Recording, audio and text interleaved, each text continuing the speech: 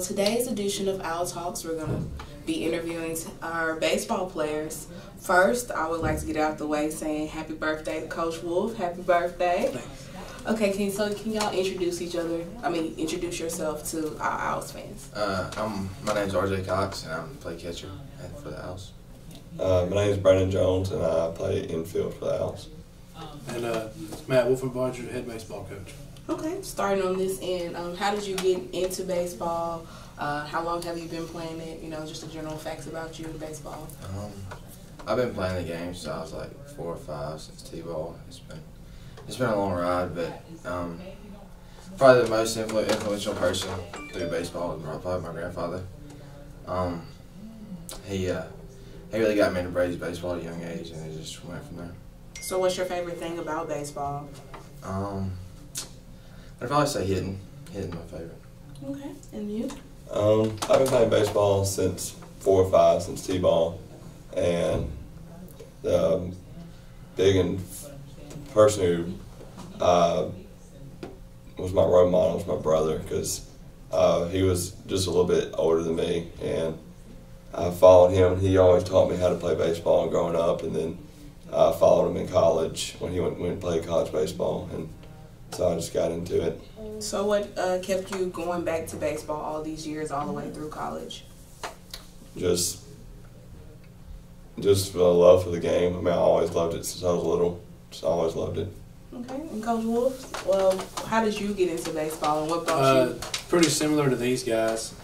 Started at a really young age, and just enjoyed it as a young kid growing up, and just continued to play through high school and college. And it was just something that I really enjoyed doing. I didn't look at it as if it was a job or anything, or if it was something that, man, I got to go to practice today, or man, we have a game, I don't want to play, I don't feel good. But it was always, I couldn't wait to get out there, and that was started from a young age all the way up to even today as a coach. I'm still ready to get out there and stuff, and have these guys out there and try to put that same philosophy and competitive attitude and stuff on these guys. Okay, so just kind of tell us about your journey here. How did you get here to the W?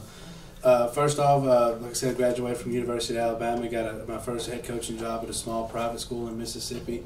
Was fortunate enough to have 2 or 3 real good teams there, and sent a couple of guys to some JUCOs here throughout Mississippi. And one of those JUCOs called and liked the pictures that I sent them, and they were going through hiring a new coaching staff as well.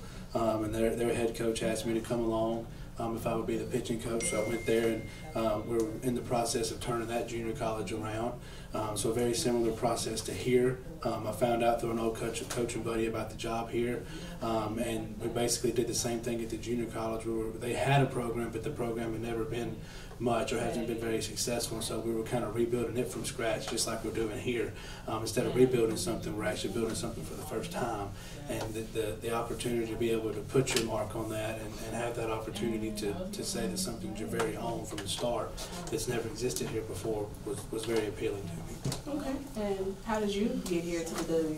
Well, this is my hometown, Columbus, and actually I was in baseball practice one day, and when I got back in the locker room, I got a text message from my friend RJ asking me about this place, and then he gave me Coach Wolf's number, and I texted him, and then that's how I ended up here.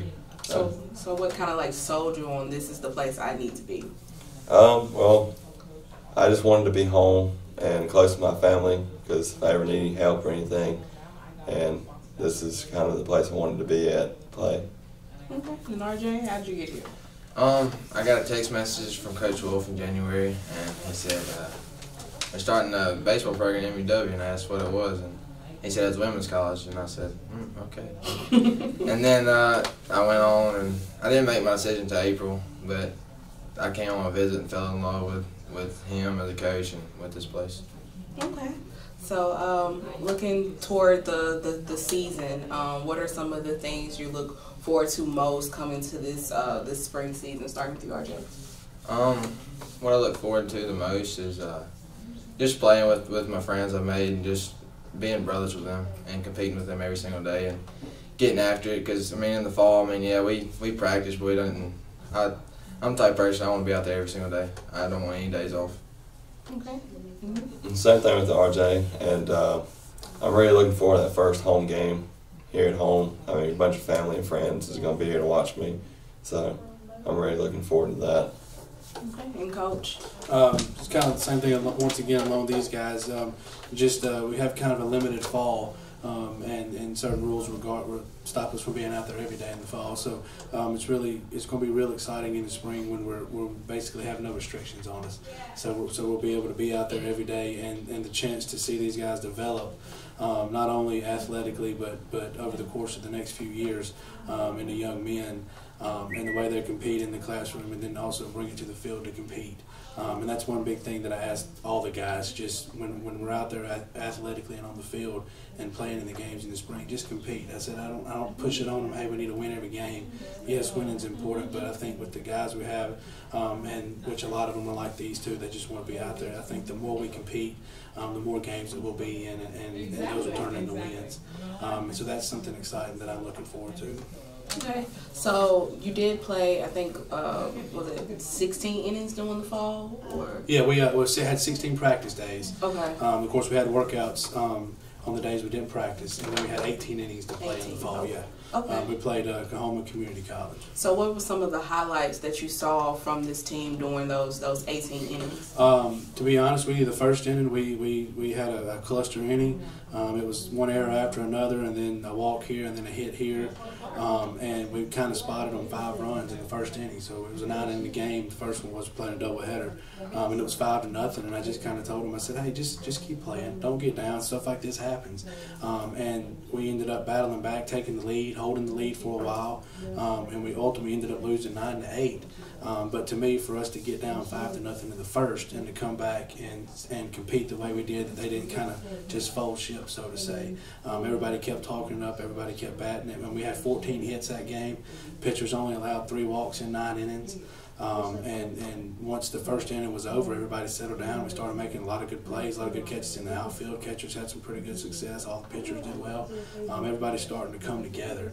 I just wish we had more games we could play in the fall, but to see that for the rest of that game and to come back and take that lead and hold it for a while was pretty impressive against some pretty good athletes, because that program's open on the rise, and they were almost a 500 team last year. I think they were 20-25. And the junior college system in Mississippi is pretty stout.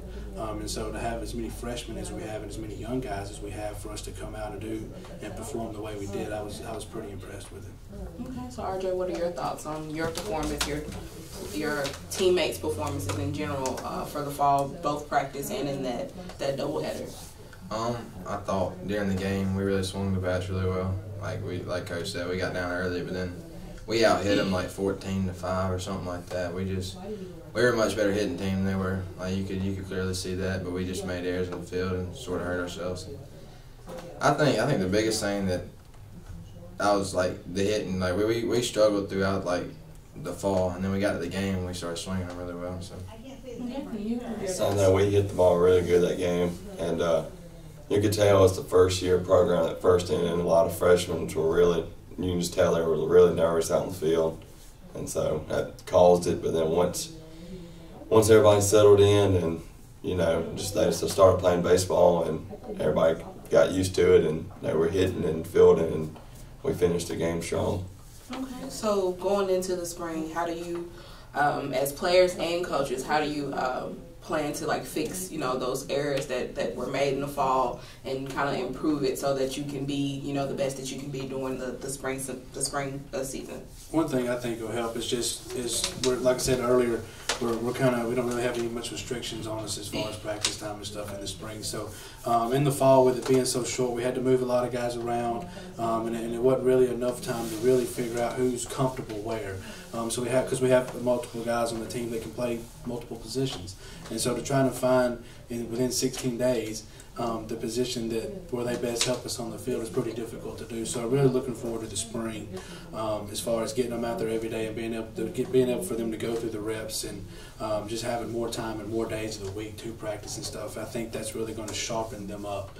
As far as, I guess you could say we were kind of rusty in the fall, but then once we get to the spring, I think we're practicing at least a month before our first game, before we go to Dallas, and that's more than what we did in the fall, and we hadn't even played our first spring game yet. So I think we're going to, and another way to put it is kind of knock a lot of the rust off and sharpen the edges on a couple of kids, and I think that's really going to diminish a lot of the errors and stuff. And then plus just being a first-year program, just getting the nerves out. I mean, even though we've played in the fall and did pretty well, even that spring tournament in Dallas that we're going to play, there's still going to be kids nervous.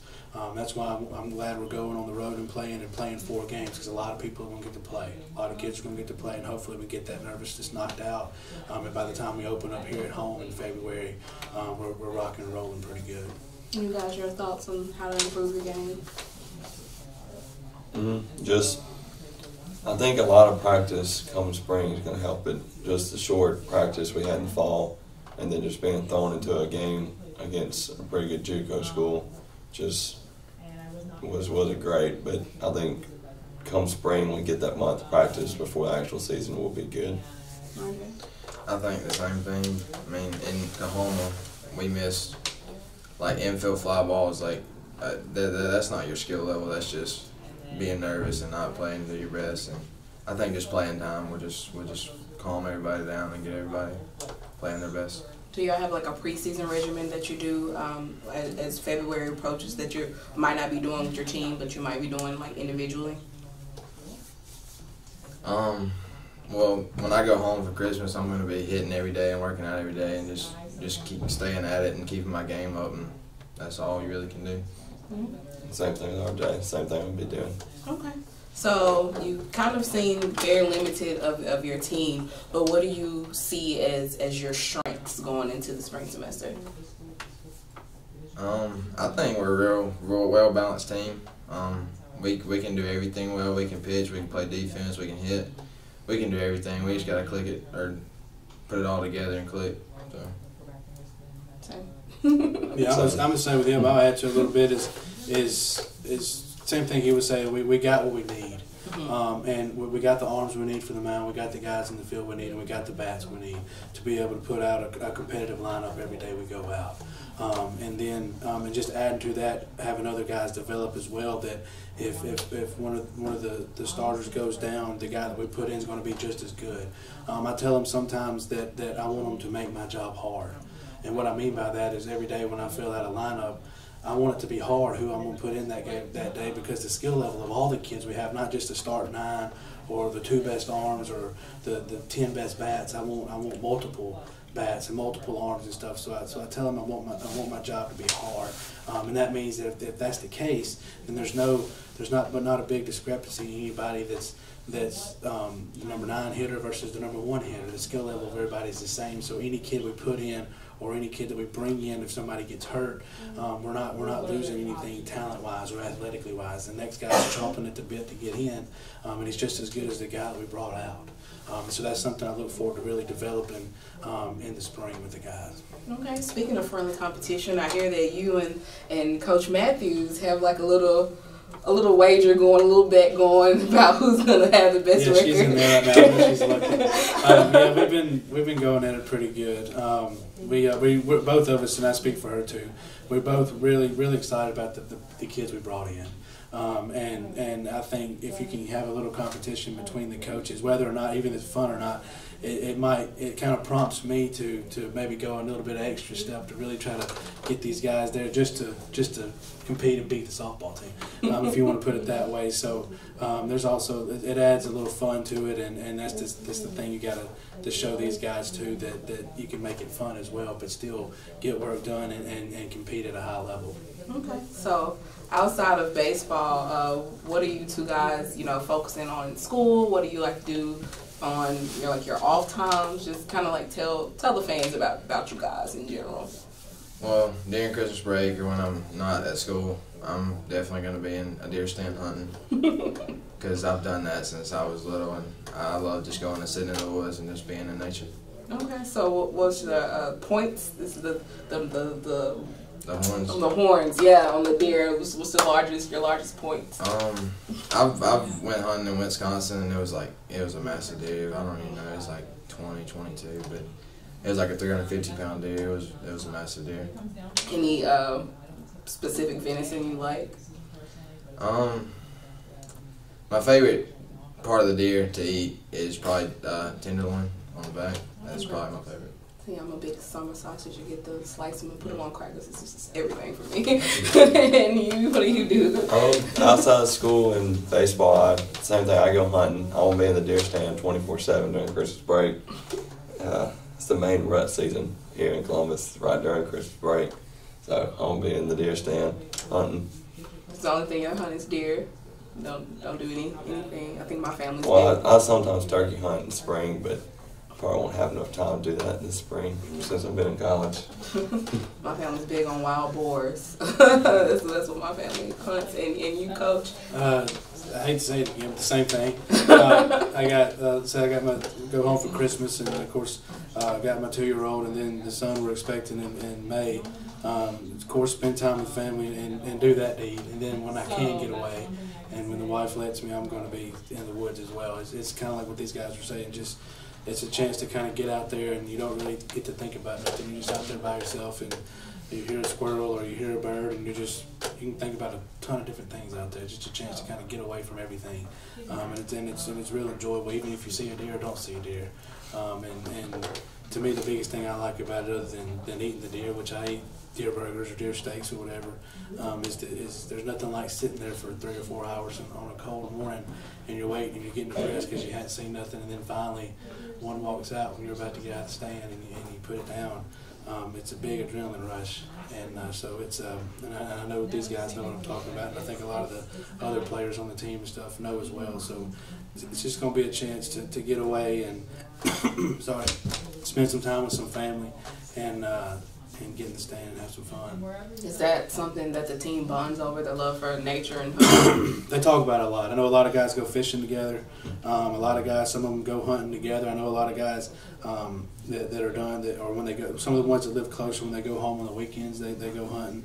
So it's definitely one thing we always talk about. That sometimes they'll send pictures of a deer they killed, or some of them are duck hunting now too, of ducks they killed and stuff like that. So it's, I guess you could say, yeah, it's a good conversation piece for the team. So is that something that kind of initially brought the team together for the ones who didn't really know each other? To me, seeing it, yeah, because I mean that's one thing they that they both, or that a lot of them like, and that they could just, if they didn't know somebody, they would. One instance is like we were in the indoor when we first got here, and they were talking about, somebody was talking about hunting land or something else, and I know these two kids didn't know each other, and they showed me a picture of the deer. Well, then the other kid was like, "Hey, let me see a picture." And then those two guys got to talking about where they hunt, and they realized that they hunt closer together than they thought, and so they were planning trips to go together. And then you got guys that didn't know each other. I got two that are duck hunting now that didn't know each other before they got here, and I think they went back to Jackson somewhere to go. So it's pulling a lot of guys together. Well, that's good. That's always nice to have that common ground when you have people from different areas coming to get together to be on a team. What is something that you want the Owls fans and the Columbus community to know about Owls baseball? That we like to be involved with the community. We like to see the community support us as well. We encourage guys to come to the games, and we had a good bit of people at our fall scrimmages we had on Saturdays, and that was awesome to see. I know there's a lot of energy and a lot of buzz that's going on in the community, not just about baseball, but all the sports in particular here. And so one thing is like I said, our softball field's being built. And then we're running a big baseball camp here in January and February that we're going to get a lot of local people involved with, and so that's one thing I like to do is really reach out to the community and get people to come in and not necessarily get educated about what the baseball team's doing, but what the athletic program altogether is doing. Because we do a lot of we did Adopt a Family for Christmas, and we did Thanksgiving baskets and a lot of things just as a department. And I know the community appreciates that, and we definitely like, and I know these guys like to see people at our games, because they made the comment a number of times in the fall when we were scrimmaging. It was like, man, we got this many people here for scrimmage. How many people are we going to have at our games? So that was exciting to hear, and it's exciting to see that the community and people of Columbus respond that way to athletics being brought back here. And as someone from Columbus, so what would you say to the people of your community about the Owls program, Owls baseball? Just we're gonna work really hard, and we're gonna try our best and to make this city a little bit known. I mean, I don't think it's really known for sports here in Columbus. So I mean, hopefully we put them on the map and just try our best and win some games for Columbus. I just think we're gonna be very competitive. We're gonna compete every single day, and we're gonna try our best to win every single game. Okay. Anything else you guys want to add? All right. Well, thank you so much for coming out and talking with me today. Thank you. Thank you.